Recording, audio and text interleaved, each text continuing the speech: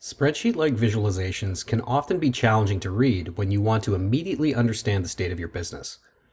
But this way of representing data also holds the most essential information to guide your decision-making. Data analysts need to understand trends, anomalies, association, and the model logic behind the data, ideally at a glance. This is where the Planning Analytics Assistant comes in. Starting with that model logic, sometimes it's not clear how the number within a given cell intersection was determined, and the Planning Analytics Assistant can help provide that information. By selecting Explain Cell on a cell within a cube view, you can see things like its lineage, or the members that comprise the value along with the source. You also get a breakdown of the cell logic, whether that cell is a consolidation, or a model rule, or a calculation. And this is first generated at the top level, but you can also select the components that build the calculation to better understand those cells as well, all with natural language.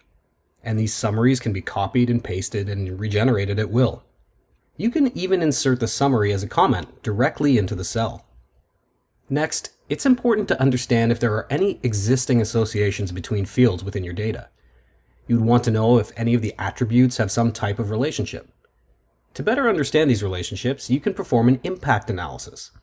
There are a few ways to invoke this analysis, either using the button on the toolbar or simply asking the assistant within the chat interface. You're presented with a scatter plot highlighting the impact of fields within your selected cube view, where the x-axis shows the linear associations and the y-axis shows nonlinear associations. Often you'll want to focus on fields that appear in the upper right quadrant, which highlights those values that have both a strong direct and indirect impact across all of your data. Looking at the chart, office expenses seem to have strong linear associations that might be worth exploring. In this case, travel has a high direct impact on office expenses, which could imply that with any increase to your employee count, the higher the likelihood that there could be travel expenses incurred. The summary highlights significant values and relationships that you might want to be aware of as you perform your planning processes, and this is also something that you can copy and regenerate if needed. But now let's explore those significant values, because understanding if there are any outliers or anomalies can be vital. Here I can see that both May and October have been identified as outliers in office expenses, and I can scroll down to see that given they aren't recurring or consistent, it implies that they are isolated events.